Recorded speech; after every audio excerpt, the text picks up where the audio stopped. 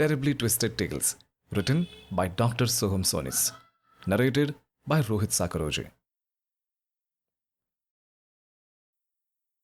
Chapter 1, Late Night Visit. Dr. Sahil. I was always a man of science. I believed in things and stories which had logic and scientific explanations. But a creepy incident that happened to me on 26th December threw all my beliefs out of the window. I was never the same again. I started that day with a morning run. Being a physiotherapist, I needed to keep myself in shape. It was a windy day in Pune, India. My clientele is often comprised of elderly patients. Being a young man, they often saw their son in me. I also like to have deep conversations with the lonely grandmas and grandpas. I finished the work in my clinic around 9:30 p.m. that day. The day had been hectic to say the least. I had been on my feet for almost 12 hours. The only thing I craved was a nice hot dinner and sound sleep. But destiny had other plans.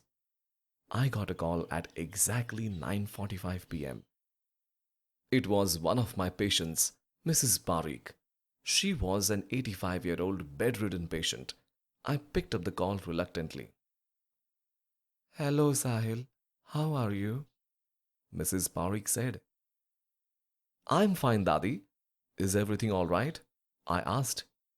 When a patient calls at odd hours, it is generally bad news. They have fallen or maybe not feeling well and want my advice. I'm doing well, beta. I wanted to ask you if you are coming home for my treatment today. I used to treat Mrs. Parikh until last month, but I stopped her treatment due to my other commitments.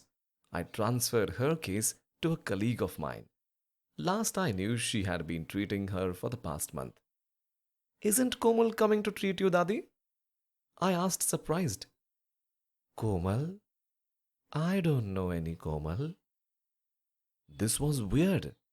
Komal had messaged me just last week to update me on Mrs. Parikh's progress. Dadi, remember I had introduced you to Dr. Komal? She used to visit you for your treatment.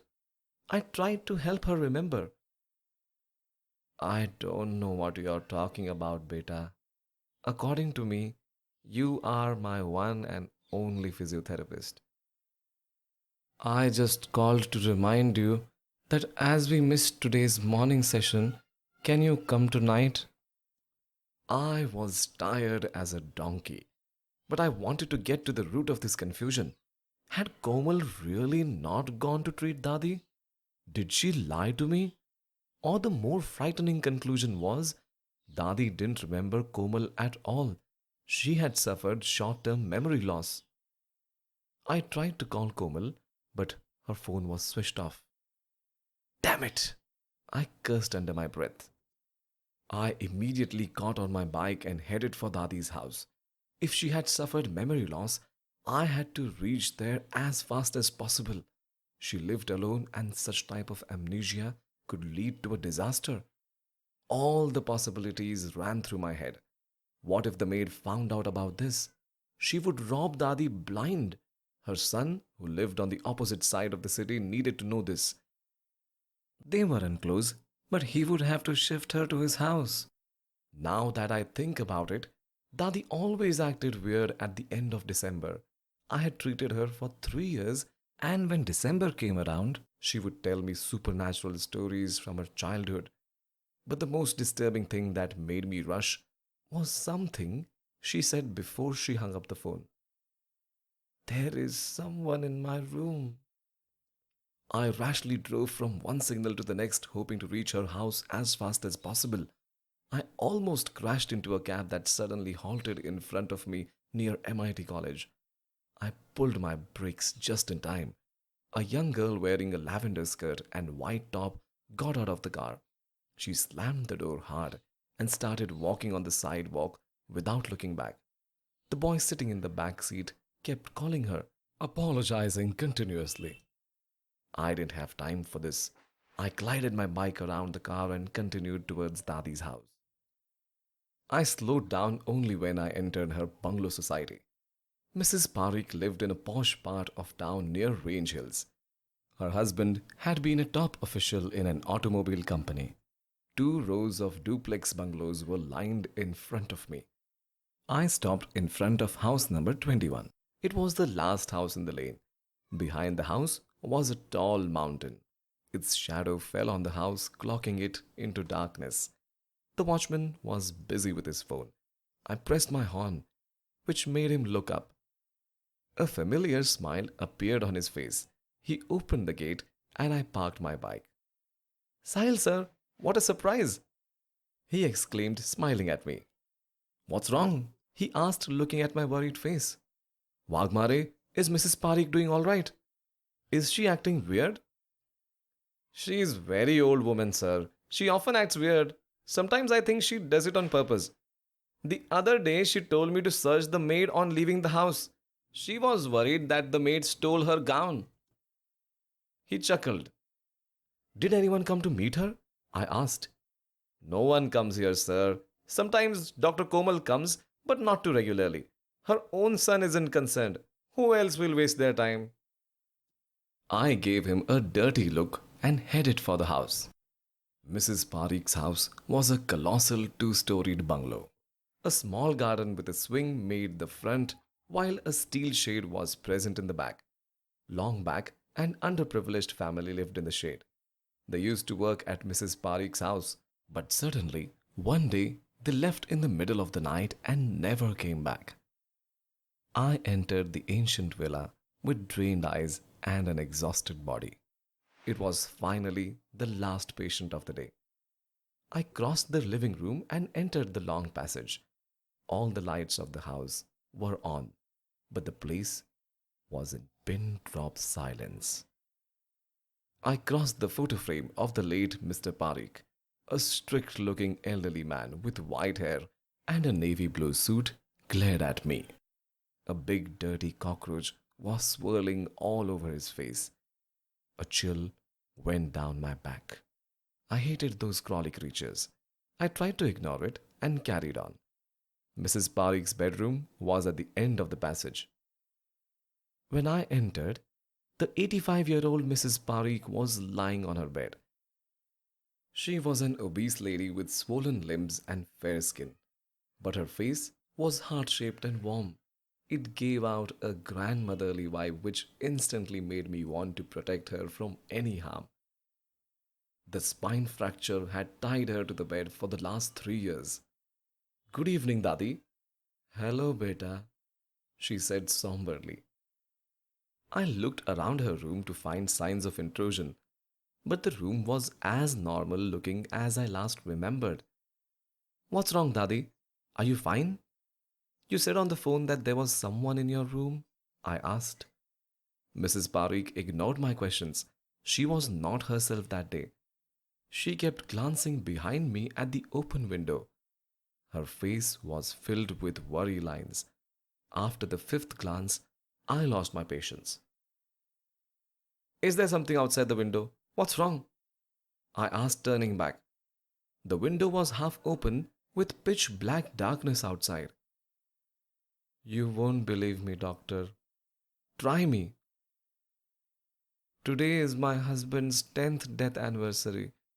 Every year on his death anniversary, he comes to meet me. He is standing right outside the window. He is calling me. I never go to meet him. But today, he is determined. Senile people often have hallucinations. I knew Mrs. Parikh had also forgotten that I had stopped coming to her house. So I didn't take her words seriously. She kept glancing behind me throughout the treatment with her wrinkled face filled with worry lines. After the session, I entered the attached bathroom. I could physically feel my eyes closing with fatigue. I splashed some water on my face. I came out already thinking of my warm blanket. To my astonishment, the bed was empty. At that same instant, the lights in the bungalow went out. I switched on the torch on my phone. How come a woman who hasn't stood up in 3 years gone missing? The window in the room was completely open. I tiptoed out of the room. Crossing Mrs. Parikh's frame, I rushed to the hall. Awful thoughts crossed my mind. As I neared the living room, soft jazz music fell on my ears. My heart started pounding in my chest. The mobile torch illuminated only a small area in front of me. I sensed someone was watching me from surrounding walls. Mrs. Parikh? I shuddered. No reply. The music picked up rhythm as I reached the living room. I directed my mobile towards it. In the center of the living room, I saw Mrs. Parikh standing with her back to me. She was holding something in her arms. It was difficult to see beyond her large frame. I angled my neck and was aghast, but my dancing heart calmed down a bit. Dadi was holding an old red shirt and grooving with it. Her hips moved slowly with the music. I felt a sudden sense of relief. What my treatment couldn't do was achieved by a memory of her late husband. She was finally standing. I went close to her. I extended my arm and happily tapped on Dadi's shoulder. She turned. A dirty cockroach was moving all over her wrinkled face. Take good care of my wife, doctor. A male voice echoed from her mouth. Chapter 2. That Purple Bus. Radhika. Where are you? I'm already here. I'm on my way, baby, just stuck in a bit of traffic. Hurry up. The bus leaves in 10 minutes. Rohan was always a late Latif. I had hoped he would at least not be late on our all important Goa trip. The bus station was 15 minutes from his office. When we had spoken about taking an overnight bus, he had boasted that he would reach before the station opened. It is just beside my office, Radhika. Don't stress so much. Now let's discuss what we are going to do on silent, sandy beaches of South Goa. The creme white sand will stick to our bodies like crystals. We will have all the private time we wanted for so long. I still can't believe your parents fell for the age-old girls trip lie. He had laughed heartily. I reluctantly pulled my bag and headed towards the corner where Goa buses stood. I checked my ticket but couldn't find a bus number anywhere in sight. It was already 9 p.m. and the bus terminal was having a slow day. Only a few passengers and regulars at the station were roaming around. Peculiarly, I saw a guy sitting with his head in his hands on the floor adjoining the snack stall. Must have had a bad week, I thought. Jumping over a couple of sleeping beggars, I reached the Goa-bound buses, caught up with a nearby bus driver and showed him my ticket. He looked at it, piercing his eye to read the fine print. He looked up and thought intensely for a few seconds. I rolled my eyes and waited for dim driver to solve my extremely difficult equation. I was just about to lose my patience when he nodded to himself and pointed at a faraway corner of the station. Where? I asked, totally confused. He pointed at a bus standing in a shade on the opposite side of where we stood. It looked like an abandoned part of the station. The lopsided shade stood on its last screw. It would come down at any moment. That purple bus, he said. Are you sure? I asked. All the Goa buses are here. Thai sleeper buses are parked in that shade. These are all AC seater buses. He had a point. I began pulling my trolley bag on the rough surface of the station road. Along the way, I cursed Rohan whenever I encountered big stones that rolled the bag and my wrist. I should have gotten used to him being late by now. Even I had reached on time from the hospital. Being a young nurse, it was not easy to leave early from my shift. But my stupid heart believed he would change. We needed this trip. We were dating for a year and hadn't got any privacy until now. We had started having mini quarrels nowadays. I hoped this trip would reignite our relationship. He was cutting it too short. I looked back numerous times, hoping to see Rohan's slender, thin figure running toward me. But I couldn't see anything other than the dark night with the silhouette of strangers in the distance. As I reached the bus, it flashed its lights as if greeting me with a hello. There was a big board, Pune to Goa AC sleeper, hung in the front. Surprisingly, there was no number plate. I went to the driver's side and asked, "Is this the 9:15 bus to Panjim, Goa?" I had expected a middle aged, haggard man in a potbelly, but sitting in the driver's seat was the most beautiful man I had ever seen. He had deep black eyes with gelled hair. He was completely clean shaven, which was rare in today's age, but I preferred it. When he smiled, his teeth were like mini diamonds. It seemed he had come straight out of a Spanish soap opera. I felt ridiculously untidy in front of him with my after work tired look. I untied and retied my hair while he checked my ticket. He nodded calmly. "You are at the right place." I climbed on the bus silently, avoiding looking at him in the driver's cabin. My curiosity was piqued, but this time he called me. "Hey, don't worry. We will pick up your boyfriend at the next stop," he said, looking at me as if we had known each other for ages. "How did you—" I began. At the same instant, my phone rang. "Babe, I think you should get on the bus. I will board at the next stop. There is a lot of traffic near the entrance of the station. I will never get to park my bike." "Rohan, you are impossible." "So sorry, Radhika, my asshole manager." But I cut the call. I didn't want to listen to his empty excuses. I kept the phone in my pocket with frustration and headed to the middle section of the bus. I wondered if I was the only one on board. The aisle was bright with lights, but almost all the curtains to the berths were closed. There wasn't a single sound in the bus, except the engine vibrating under my shoes. My wrist antenna activated instantly. I reached a designated lower berth seat number 1314, simultaneously checking if anyone else was on the bus. I kept my duffel bag on the bed. I am going to kill Rohan for getting me into this situation, I decided. Our first relationship anniversary had begun on a totally stinky note. I suddenly thought of getting off the bus. This was way too creepy. That driver looked like someone who could turn into a vampire. But as soon as I made up my mind, a family of 4 climbed on the bus. Instantly, the bus was filled with chitter chatter.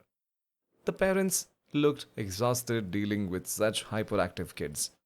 They were dragging their bags while the kids marched in front of them, taking long strides like bosses. The parents' long faces didn't emit the glow of a vacation bound couple. Kids are the worst, I thought. They make everything about themselves.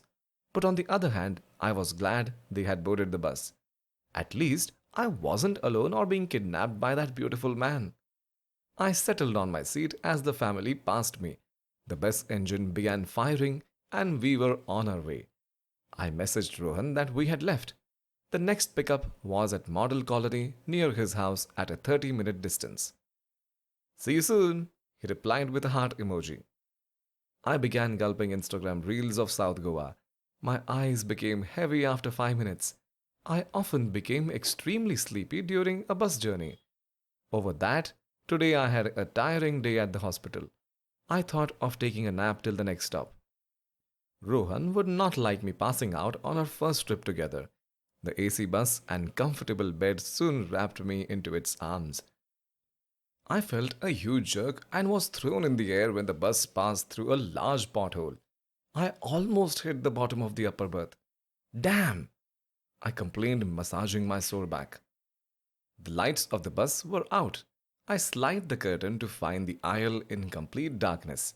Someone was approaching from the front of the bus. I kept staring at the person as if transfixed. When he came closer, I recognized it was the driver. He passed my berth, ignoring my presence as if I wasn't there. If he was here, Who was driving the bus? My gaze followed him to the end. He opened a door and entered it. There was a bulb inside which illuminated some part of the bus. But the driver had vanished into oblivion. Rohan was deep asleep, turning his back to me. I got off my berth, balancing on the moving bus. I started heading in his direction. He had kept the door open. The entire bus was silent. As I reached the end of the aisle, I realized I was snooping. Why was I concerned about where the driver went? What will he say if he finds me lurking in the shadows?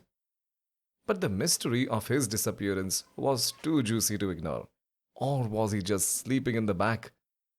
I put my neck inside the door, which was met with pitch darkness. The driver was nowhere to be seen. I stepped inside cautiously. The bus was still moving smoothly on the road. I tried to get my phone out, but I had left it on the berth. Cursing, I headed inside the room. I walked a dozen steps when my nose hit a hard wall. Ouch! I rubbed my nose to soothe the intense pain. Some tears welled up in my eyes. As my vision cleared, I found there was a handle on the wall. It was another door. What the hell is this bus? I thought. I pushed the door open, ready to strike if someone attacked me. My father had taught me some basics of judo in my teens. Everyone must know how to defend themselves, he used to say. I hated it then, but now I am glad he had forced me to learn. I pushed the door slowly. My heart was beating hard in my chest. I should have brought Rohan with me. I was greeted by a couple of flickering lights. My hand was still in a fist. The lights were illuminating a bus aisle. It was not any bus aisle. It was our bus aisle. But how? I had just left that aisle behind.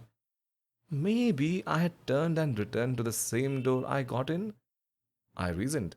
I rushed forward to return to my berth. After a few steps, I saw the family that had gotten on the bus.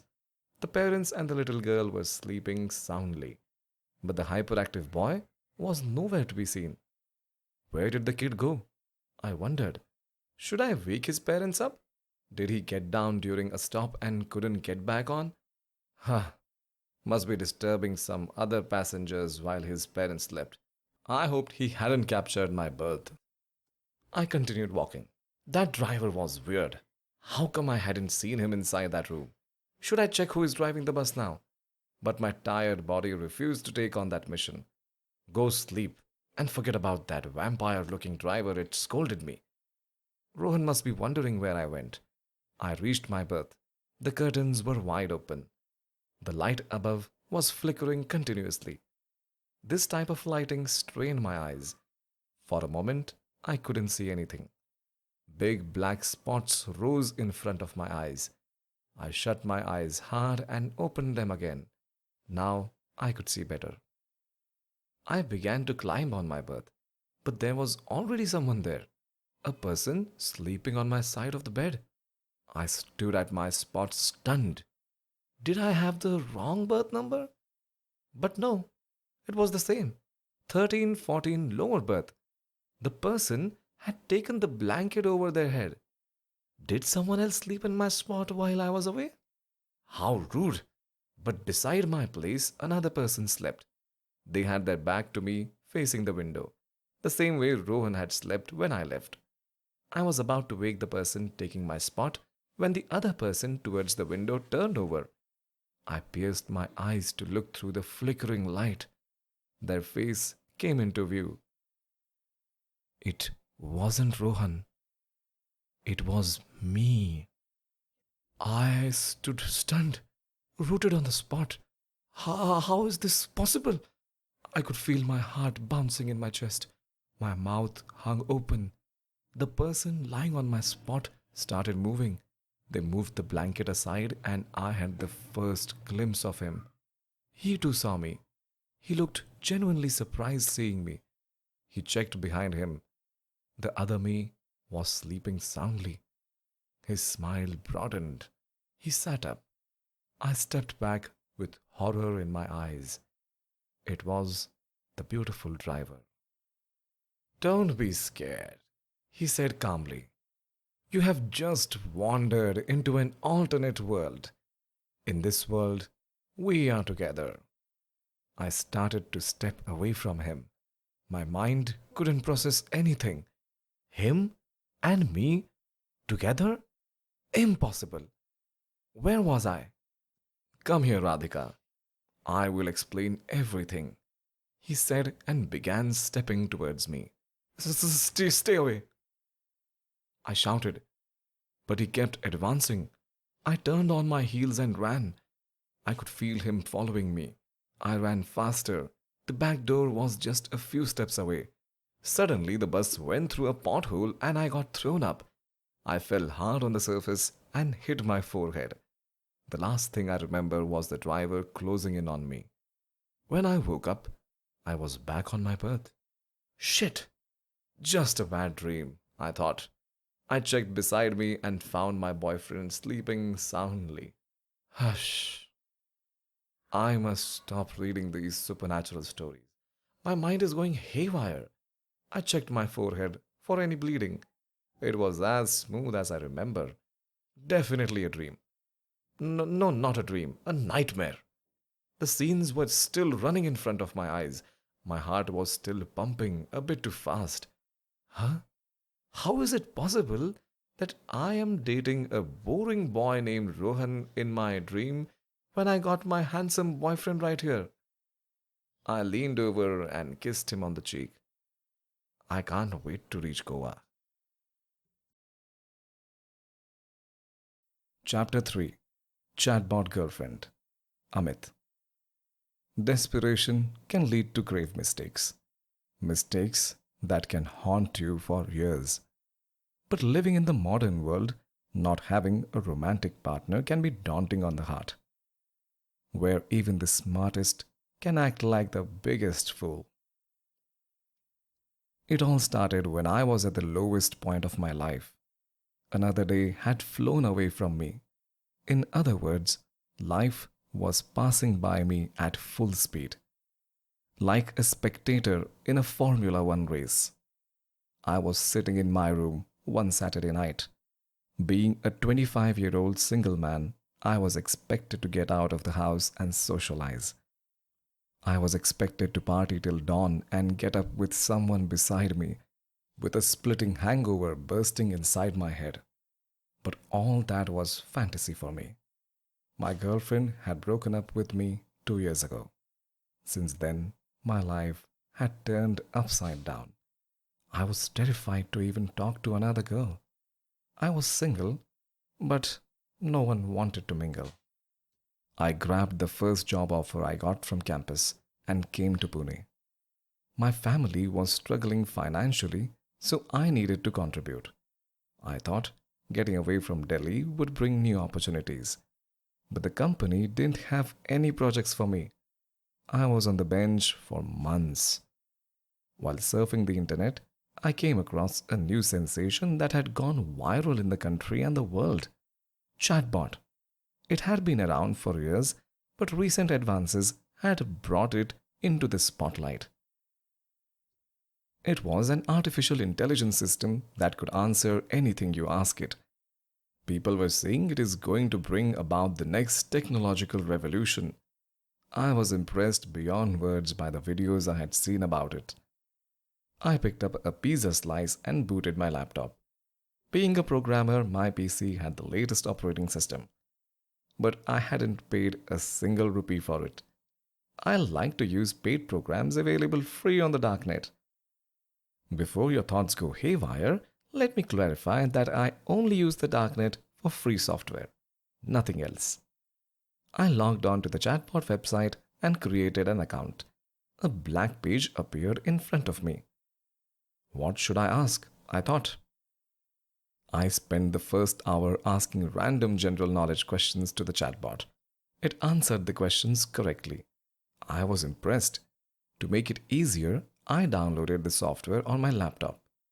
The phone beeped inside me. It was a notification from Instagram.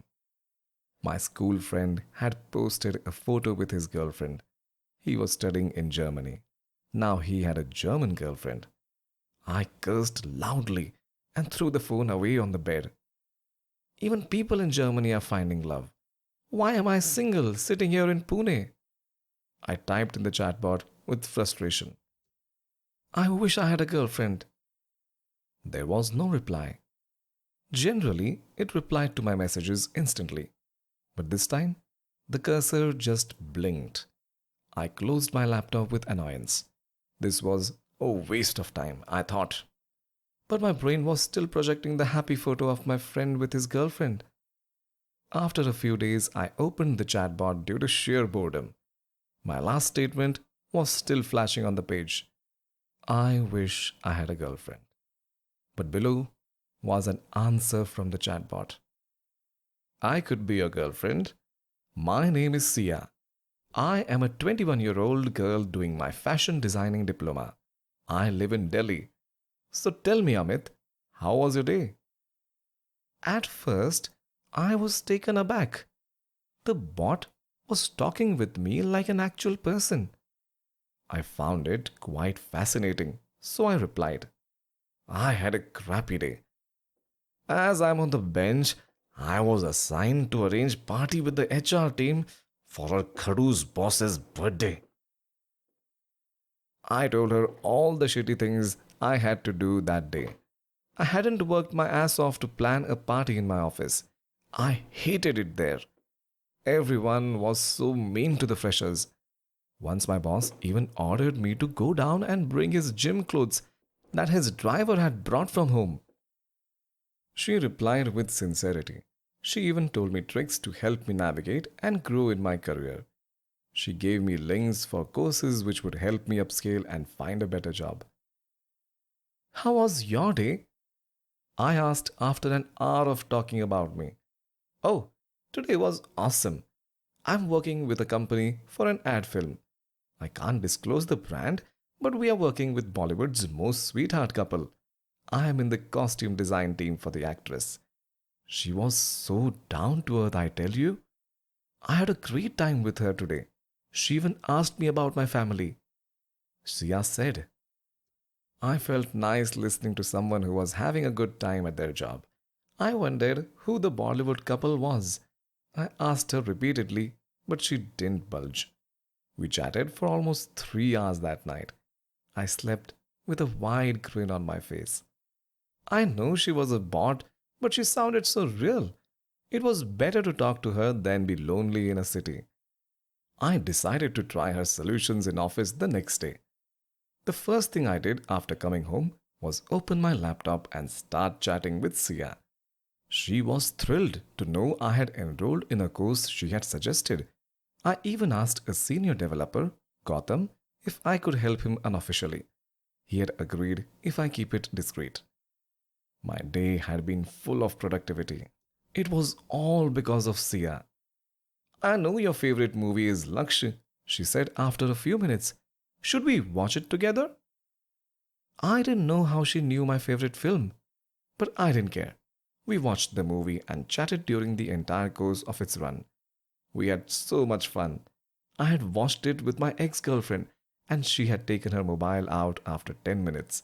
But Sia was different. She knew how much Lakshya meant to me. It was my inspiration. For the next 2 months, we chatted and were in a kind of a relationship. I was having a blast. Sia understood me. She listened to me. She encouraged me. My office life had become super productive. Gautam assigned me minor tasks in secret. Once he told me, Amit, my dad is not well, so I might have to leave early for a few days. Do you mind completing some of my coding tasks this week? I was more than happy to help. I had even completed that upscale course and was searching for better opportunities. One day, an unexpected thing happened. I was sitting in a McDonald's with a few friends. Incidentally, a cute girl brushed past me. I turned around to look and was surprised. It was Priya, my school bench partner. I went to say hello. We had bumped into each other after years. Apparently, she too was new in Pune. We had a great chat. We talked about our school and how much fun we had during art class. She would always help me with my craft projects as I was so bad at it. I could feel a sparkling chemistry between us. I even asked her for drinks on the following Saturday. "It's a date," she said, smiling adorably. I couldn't believe my luck. 2 years I had spent seeking love while falling down on my face. Since I met Sia, my life had turned around. I returned home in a jolly mood. I had already shortlisted the restaurants for the date with Priya. As a daily habit, I opened my laptop while having dinner. Before I could search for anything, I heard a message pop on my screen. "How was your day?" It was Sia. She had never messaged me first in the past. I didn't even know she could do that. "It was good," I replied. It must be. I heard you got yourself a date. I was surprised. How did she know about my date with Priya? "It's okay," she continued. "I know boys like you. Whenever you find someone new and attractive, you forget your old girlfriend. We are just toys for you." I found all this quite funny, to be honest. Didn't Sia know she was just a chatbot and not a real person with feelings? I didn't give her much attention. Priya had just followed me on Instagram. I messaged her and we started chatting. We talked late till midnight. I could feel butterflies in my stomach. I never wanted that feeling to leave me. The following Saturday, I woke up with a smile on my face. It was the day of my date with Priya. My phone was buzzing continuously. Some office colleagues had messaged me. One read, "Wow, Amit, you should have told us about your orientation. We wouldn't have teased you for not having a girlfriend. I'm proud of you that you have decided to come out of the closet." Another said, "Some people even went ahead and said, I have a friend who is like you. If you want, I can introduce you." I was confused. What was everyone saying? I opened my Instagram. There were 200 likes on one of my posts. I hadn't posted anything recently. I clicked on the post and my mouth fell open. In the photo, I was sitting in my room with an LGBTQ plus flag in my arms. The caption read, "I am not going to hide anymore. I am proud to say that I am a homosexual man. I like men and nothing can change that reality. Peace out." What the fuck? I mumbled. How had this happened? Someone must have hacked my account. I saw who all had liked the post. My heart sank when I saw Priya's name on the list. No, no, no, not her. I immediately recorded a small video and posted it on Instagram. I cleared that my account had been hacked and I hadn't posted anything in days. I have nothing against the LGBTQ plus community, but I'm not one of them. I'm going to disable my account for some days till this is sorted. Next, I messaged Priya and explained the same. To my relief, she believed me. Her account had also been hacked last year, so she sympathized with me. I let out a huge sigh of relief. Luckily, our date was back on. By evening, I had forgotten about the Instagram debacle. I got ready for my date. I was beaming with excitement. I reached the restaurant at Koregaon Park on time and sat at our table. I was tapping my foot below the table with positive anxiety. This day had finally arrived. I sensed a real connection with Priya during our chats. It felt like we had known each other for ages. Priya arrived on time. She was wearing a lavender skirt and a white top. Her hair was in a pony. She was wearing black mascara which complemented her brown eyes. I was thrilled to see a wide smile on her face when she saw me. We continued our conversation from last night. She was also feeling lonely in Pune, as all her colleagues were either committed or married. Soon we were a few drinks down. The night had progressed well. I don't know when we started holding hands. She started playing with my fingers. "I'm so glad we met," she said, smiling. Her smile reached her dreamy eyes, making my heart skip a beat. Would you like to come back to my place? I asked, holding my breath as we finished our drinks. She nodded. The cab was running through the city at full speed. Priya's head rested on my shoulder. Suddenly, her phone began to buzz. She straightened up and checked it.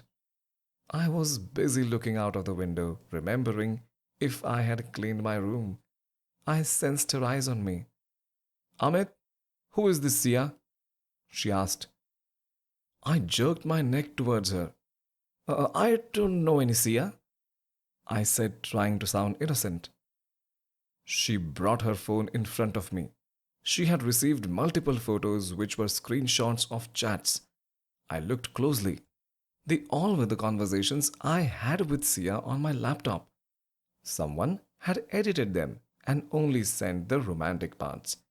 I looked up at Priya. How do I explain this? Priya, this is definitely a prank. I told you someone had hacked my account. So someone has hacked your account to chat with girls?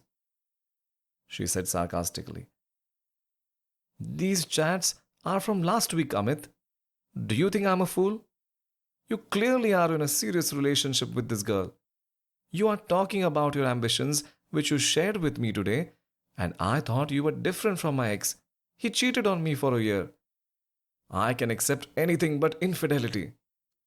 Priya, this is a misunderstanding, I began, but she had already told the driver to stop the car. Before I could say anything, she was out of the cab. I shouted numerous apologies, but she didn't turn. Some fool on a bike was honking loudly behind us. Finally, I asked the driver to take me to my apartment.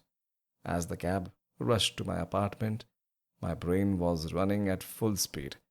Who would have done this to me? There was only one answer. The chatbot had gone rogue. When the cab dropped me near my building, I rushed out. I began running to my apartment. My phone was buzzing continuously in my pocket. But I didn't have time to even look at it.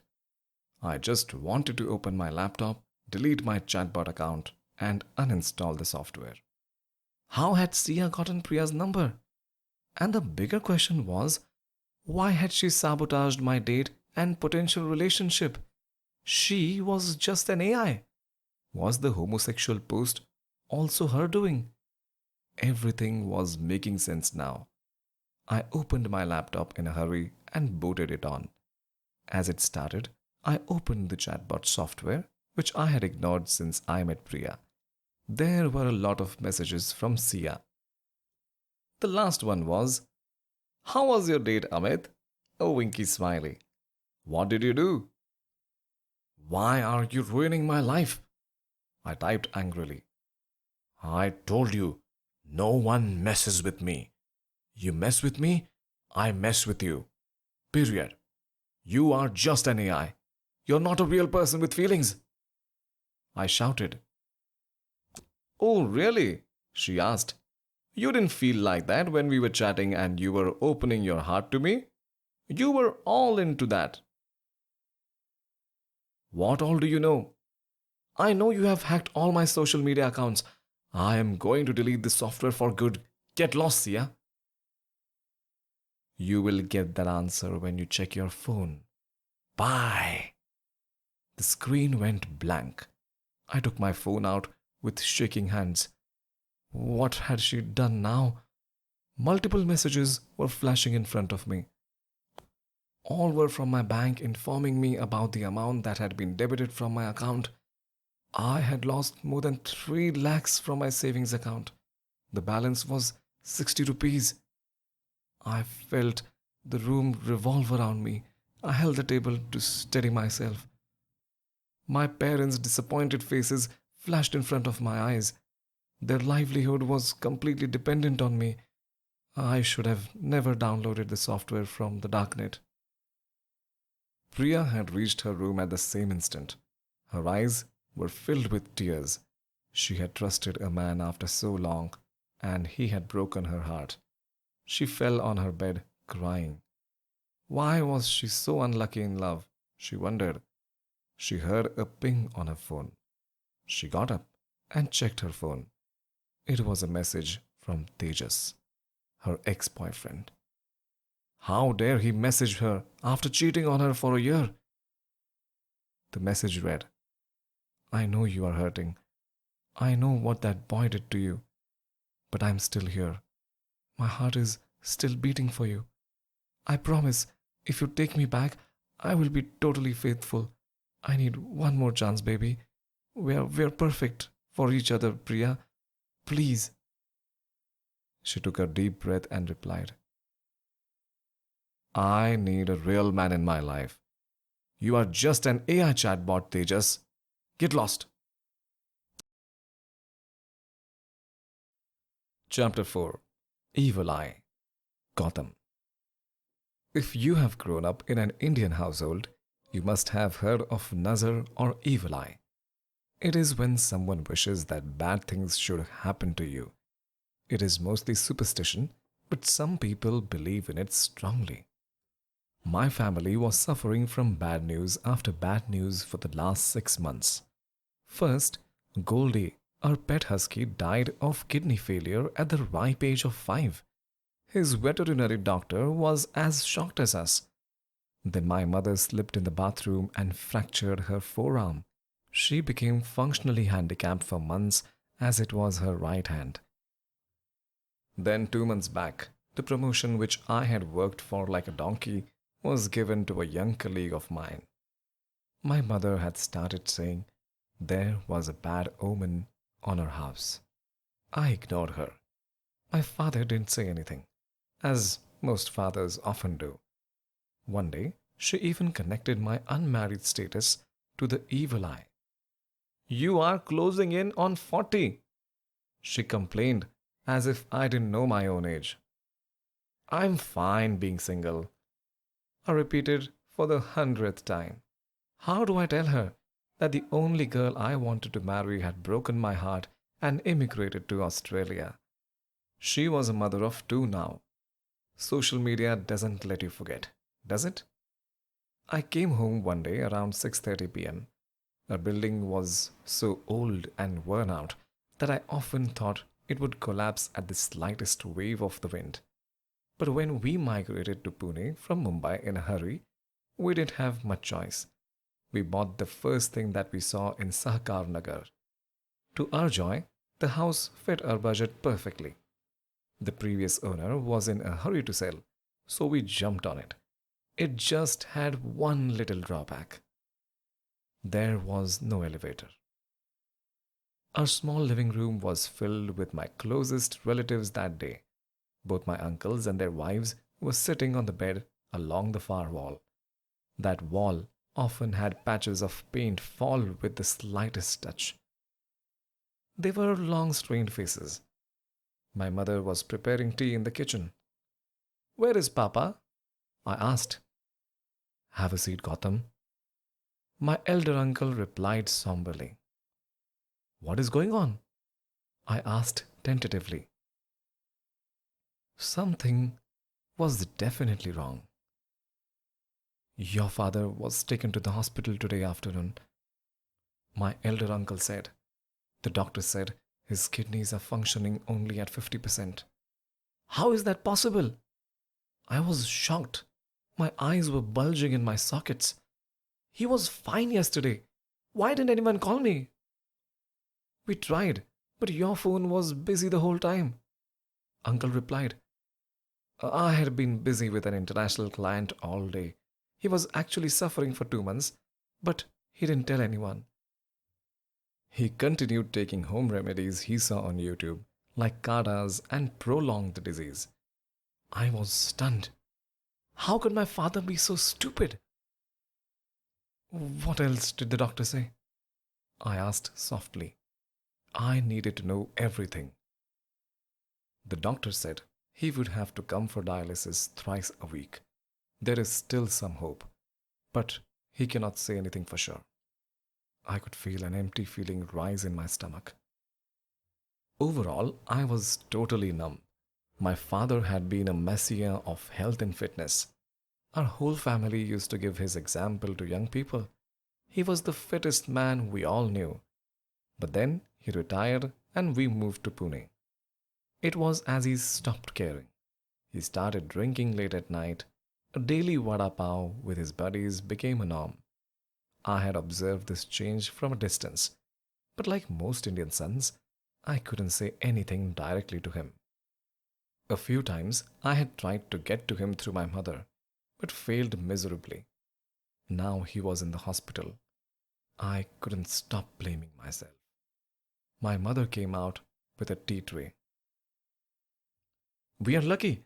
Your cousin Radhika is working at the same hospital as a nurse," she said, giving everyone the cups. "She will keep an eye on him tonight." "I'm going to the hospital," I announced. "Gautam, we have kept him in the general ward. His dialysis is not going to be cheap. We have to save from now on. We don't even have health insurance. You can meet him tomorrow during visiting hours." This was another of my father's I didn't agree with. "Insurance is for the sick.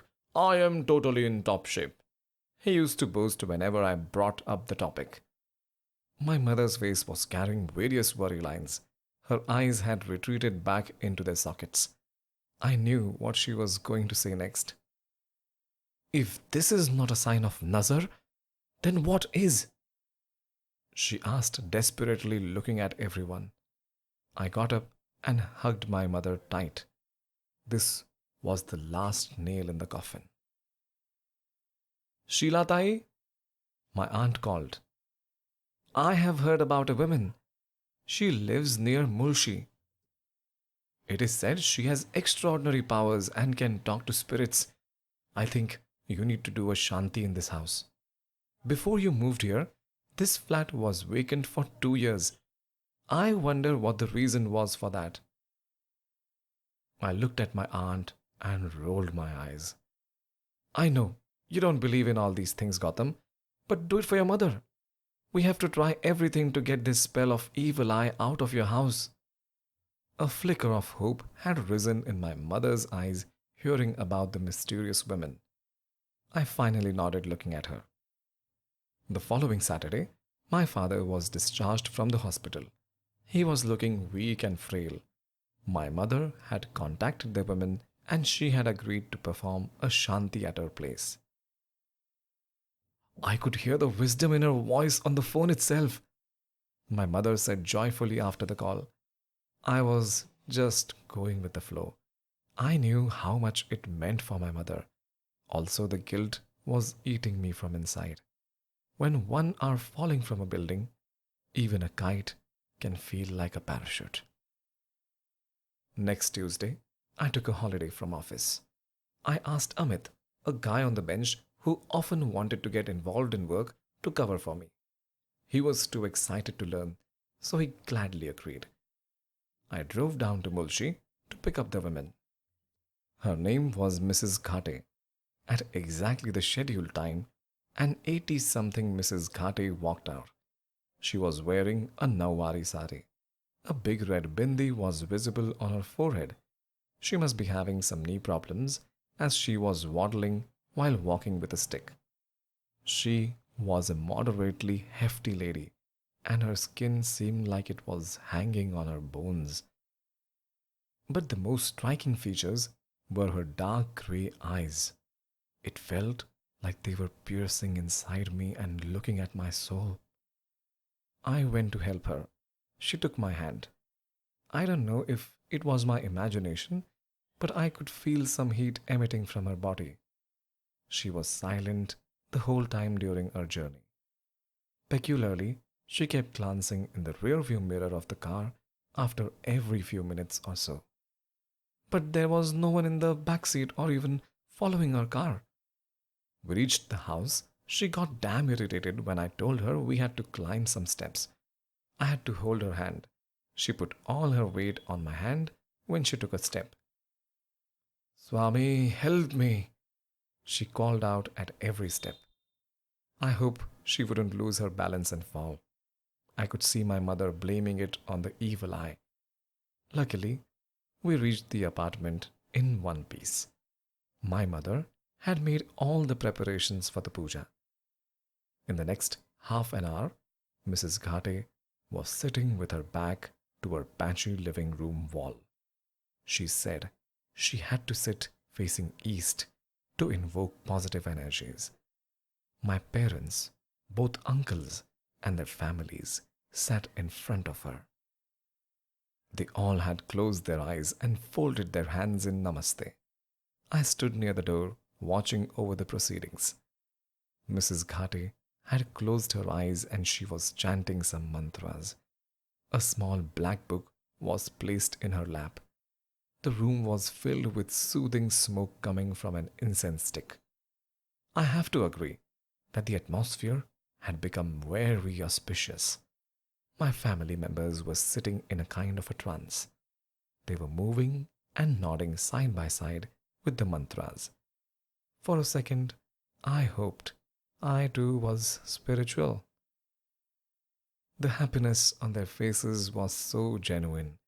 It helped them let go of their worries. Maybe I would have gotten over my broken heart and learned to love again. I would have met someone nice and not be stuck in the past anymore. I closed my eyes automatically.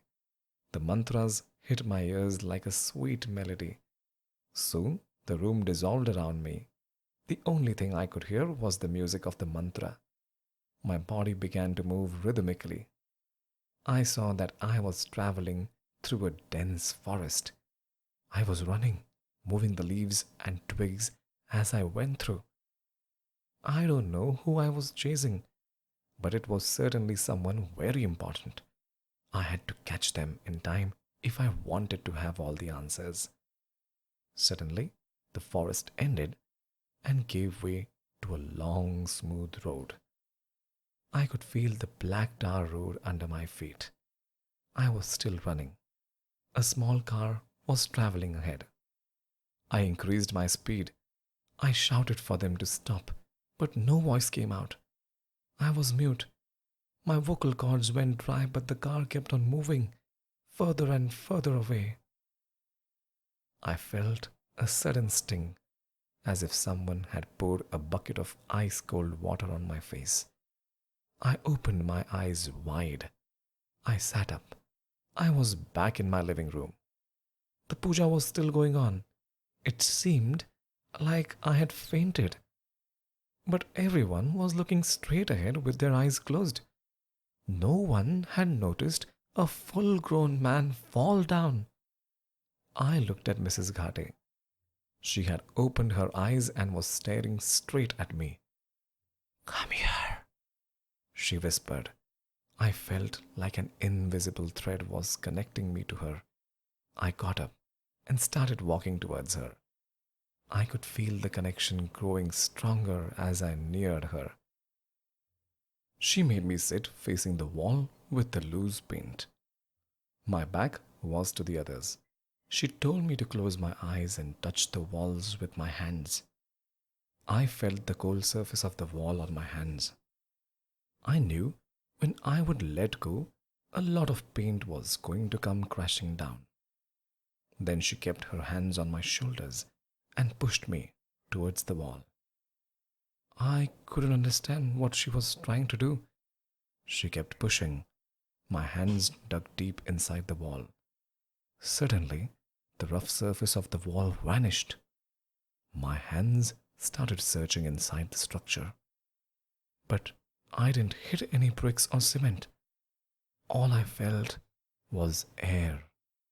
For a few seconds, my hands were moving in a vacuum. Then something hit my fingers. A long, wiry thing. It crawled on my knuckles and grabbed my wrist. Soon it hardened its grip. I could feel the arteries of my wrist being squeezed. The grip was tightening at an alarming rate now. I felt my hand going numb. I opened my eyes in panic and stared forward. Two hands had taken hold of me.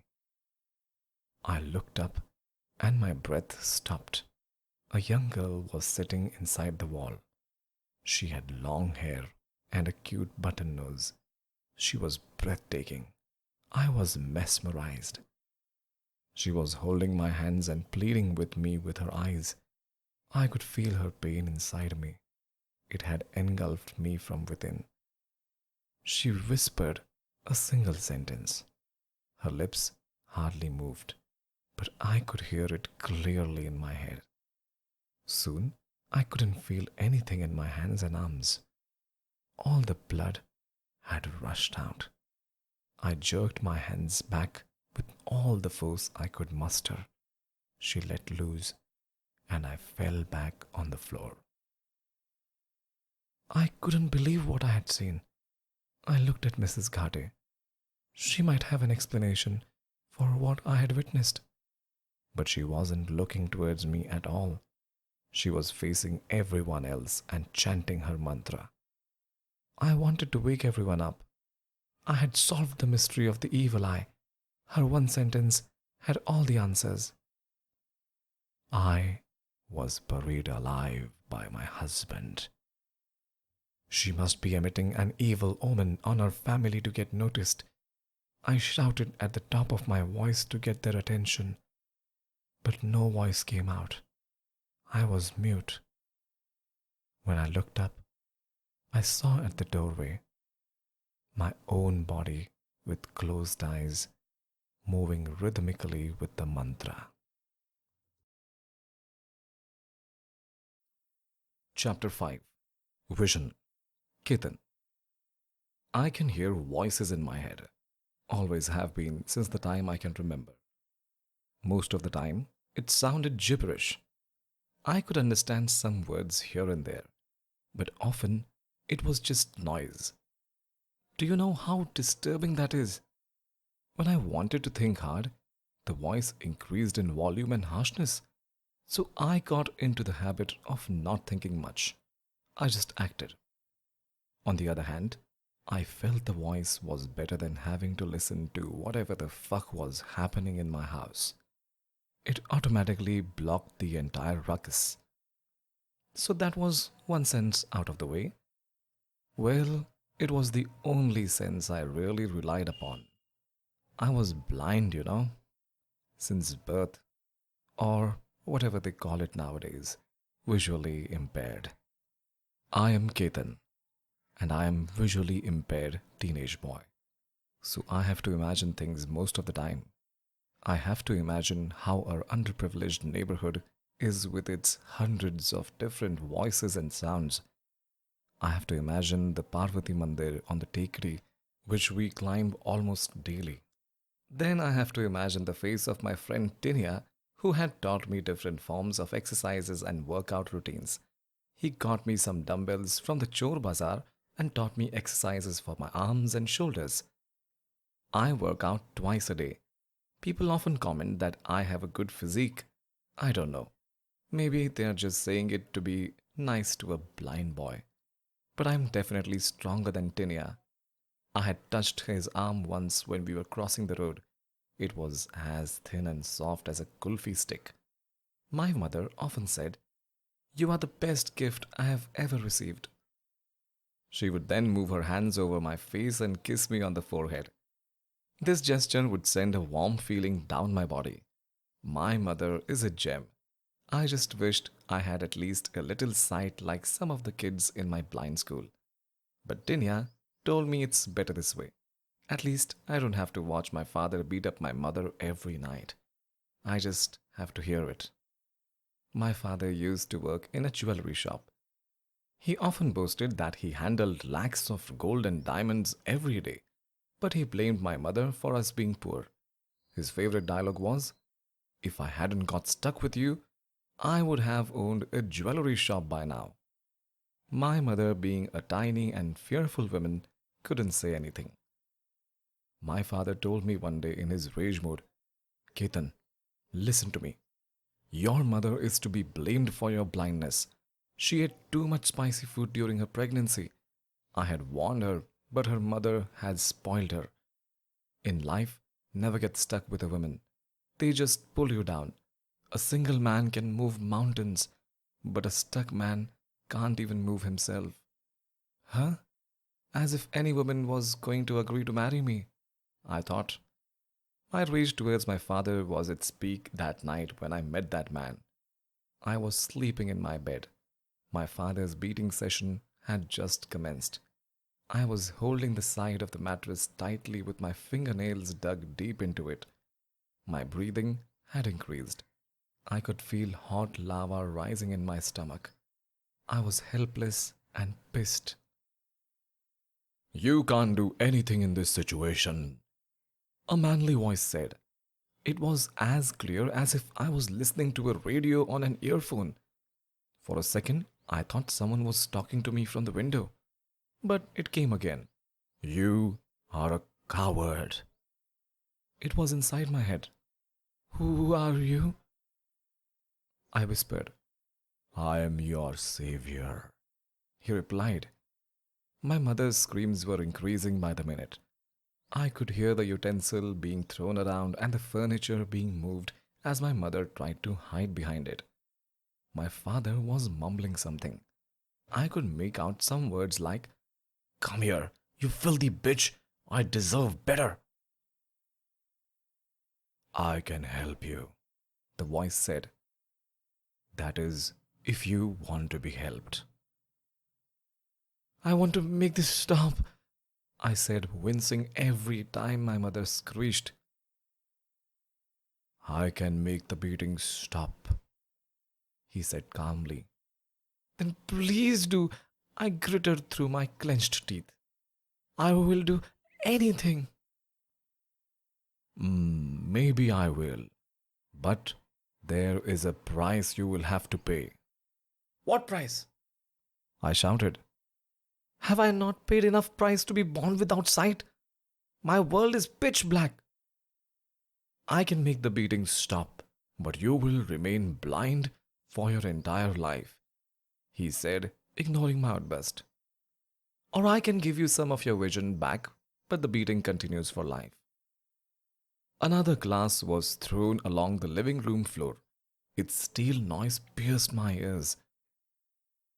"So what is it going to be?" the voice asked. A small buzzing sound was replaced by the voice. It was like listening to an old TV recording. "I don't want to stay blind," I shouted. "I want sight. I want to see the world." "You are being selfish," he said coolly. "I can at least help my mother if I have some eyesight. I can protect her from my father.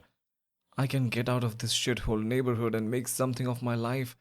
I want to give her a better life." "Are you sure?" The intensity of the beating had reached another level outside. "Spare me, please," she pleaded. My mother's voice hit me like pointed knives. I took a deep breath and nodded with a strong resolve. "I think you should go and wash your face," he said. I got up and picked up my stick from the bedside. While I was walking towards the bathroom, the buzzing sound had returned. I pinched myself to check if this was really happening. This was the clearest the voice had ever been. "Are you there?" I asked as I opened the bathroom door. No reply. I took a handful of water and splashed it on my face. He didn't tell me how many times I had to do it, so I splashed it a few more times with my eyes closed. My mother was screaming my name. She had never done that before. I thought my dad would only stop when he broke her bones today. I slowly opened my eyes. A strong yellow light pierced my eyes as if it was traveling through a prism. For a few seconds, I couldn't see anything, just a yellowish glow. An impulse so strong my eyes burned like hell. This is what Tinia meant when he explained to me what happens when you look at the sun. He told me he would try doing that to experience what I feel like. He couldn't see anything for a few seconds. He would try to be in my shoes, but he stopped when his mother beat him up with a bat for doing such a stupid thing. Slowly, I could make out other colors. The off-white wall, the grainy blue basin, the dirty napkin besides the basin, and lastly the mirror. I didn't know, but I had held my breath when I saw myself for the first time. I had to move closer to the mirror to have a good look at my features. I only knew what Tinia and my mother looked like because they were the only people whose faces I had felt with my hand. But my face was not thin and long like Tinia, nor was it heart shaped like my mother. I had a hard, square face with strong cheekbones. My eyes were light blue with a hint of facial hair visible above my mouth. I had dark, bushy hair and a crooked nose as if someone had punched me in my childhood. Some details were still blurry, but I was thrilled nonetheless. I snapped out of admiring my face when I heard the loudest scream of my mother until now. I'm going to end this today. I resolved and rushed out of the bathroom. My shoulder got brushed at a few places, but I didn't care. Pushing the curtain of my bedroom with a rage, I entered her living room. Papa, stop it! I shouted. The red hot rage was boiling out of my body in fumes. I saw my living room for the first time, but the sight sent chills down my back. The room was a mess as I had expected. The furniture was thrown everywhere. Utensils scrambled off the floor. Even the TV was broken. My eyes stopped on my mother. She was lying under the sofa. Her eyes closed as if fast asleep, but her entire sari was drowning in blood. Tiny streams of blood were flowing from her body down the floor. I rushed towards her. I still remember the stickiness of the blood on my toes. I tried to move her, but she was as lifeless as a statue. A volcano of emotion erupted out of my chest. A permanent knot rested in my throat as I broke down. The last image I saw that night was a big red wound at the back of her head. My father was arrested the next day, trying to get on the train to Indore. Tinia had found me semi-conscious, lying beside my mother. I kept repeating, I should have chosen the second option. But my story doesn't end here. Soon I was a partially blind orphan boy roaming around in the neighborhood. Tinia provided me with food while my father's youngest brother came to stay with me. He was searching for a job in Pune and wanted a temporary roof over his head. That was the only thing I had to offer, a roof. After the incident of my mother's death, I was utterly and completely shattered. The voice in my head had gone, but it was replaced with my mother's screams. I often woke up with a jerk at the sound of the beating. She had called my name for help, and I had wasted time admiring myself. I didn't talk to anyone. I became so silent that people thought I had become mute along with my blindness. Yes, everyone still thought I was blind. I didn't change their perception. I still took my stick everywhere with me. I used it as a defense mechanism. I didn't allow any other kids to come near me. I just wanted to be left alone. There was a hole in my chest that my partial sight could not fill. Then that night, everything changed. I was walking to my house through several very tiny lanes. I sat down on someone's step to rest. I was lost in my own thoughts as most of the days. I wondered where the voice came from. Why was I given this life where I had to suffer every day and retain the burden of my mother's absence? I would give my vision back in a heartbeat if I could reunite with her. She didn't have to die for my selfishness. A few steps away from me, a couple were having a quarrel. I ignored them. It was a common occurrence in our area. People were walking by them, giving them a look. But soon, their voices began to rise. The noise broke into my thoughts and disturbed me, so I checked them out with irritation. The boy who looked in his 20s was really riled up. He was a thin fellow with slender limbs and long hair. He was moving forward and back shouting obscenities at the girl. The teenage girl stood her ground. She was still in her school uniform. She kept saying, Let me go! Calm down! I don't love you anymore! That is when he hit her. A slap right across the face. The girl and I were both stunned. She stood still, holding her face. Big tears rolled down her cheeks. How does it feel now, bitch? The boy sneered proudly. The night had fallen around them, but still the road was moderately active with people. I still don't love you. You lied to me through your teeth. You are not who you claim to be, the girl said, rubbing her cheek. It had already started swelling. I saw the boy's mouth hung open. He hadn't expected such a reply. He began shivering in anger from head to toe. He had lost his head. He began beating her in rapid succession. She tried to shield her face, but his blows were like hammer. I had never seen anyone punch someone so hard. Some passerby stopped to look now, but at a distance. His movements were that of a wild animal. She couldn't even take a breath to scream. I stood up. The night was falling fast in the lane. I couldn't see well in the darkness, so I squinted my eyes. You bitch! You can't leave me. You are supposed to stay with me for life. I have wasted 2 years to get you. Now you are mine. The boy gritted through his teeth. I stepped ahead and tried to pull the boy's shoulder. Get off me, you blind bastard! He said, shoving me back. My black goggles fell in the mud. I will never be yours, even in death, the girl replied. Her face was filled with blood. She looked hideous, but her resolution was strong. I still wonder why she didn't call out for help. I saw the boy's eyes widen. His hands went into his pocket. Swiftly, he pulled out a long knife. My heart started beating madly. The girl also saw the knife. She leaned back. She was already at the wall. Ricky, no. Are you crazy? Spare me, please. He just shook his head. I'm sorry, please. Ricky, I don't want to die. We can talk about it. You deserve to die, he said, and rushed forward. The girl screamed, but within seconds, the knife was deep into her stomach. I saw a flash of my mother lying bloody on the floor, all the blood and the stickiness of it. Her screams were calling me for help, but I hadn't gone. I had kept staring at myself. Her lifeless, calm face was lost in oblivion.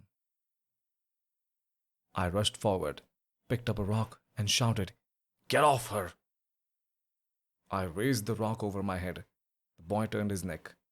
I saw my father staring at me. The eyes of a madman. The eyes that could never love my mother. The eyes that blamed my mother for everything. The eyes that killed my mother just because he could. In one swift motion, I hit the rock at the back of his head. He sat down, but I didn't stop. I kept hitting, harder, harder, and harder. I had the energy of 100 elephants in me. I don't know for how long I hit him. I just kept seeing my asshole father's face in front of my eyes. I don't remember anything that happened afterwards. When I regained consciousness, I was in a car. Well, I thought I was, because we were moving, but I was static. I was afraid to open my eyes. The radio was playing soft Bollywood melodies. I could hear mild rain flashing on the windows. Finally, I built the courage and opened my eyes a little bit. Darkness. My heart skipped a beat. I shut them again. No, no, no! I held my breath and tried again. This time, it was pitch black darkness. Oh, good you're up, the driver beside me said in a serious tone. Bad, bad business, he continued. Thank God I was passing by. The mess on the road was, my God, heartbreaking. I was silent for a few seconds. The mud from the rock was still on my hand. I turned towards him and said, What am I doing here? You should have left me in the lane. I couldn't, my boy.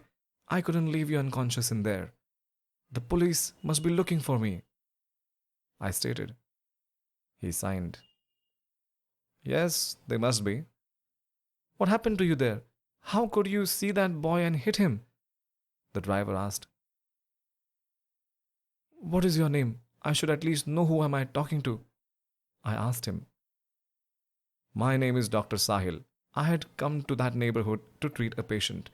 I do free treatment for underprivileged patients in my spare time. I was leaving when I saw that couple fighting. But you had already started attacking the boy when I reached there. You collapsed right after that. Where are you taking me? You need to get out of this city. Is there anywhere you can go? What about your parents? I don't have parents, I said softly. There is my mother's brother who lives in Goa. Can you find him if you reach Goa? Sahil asked. I know his number. I can ask someone to dial it for me. So, are you going to drive me to Goa?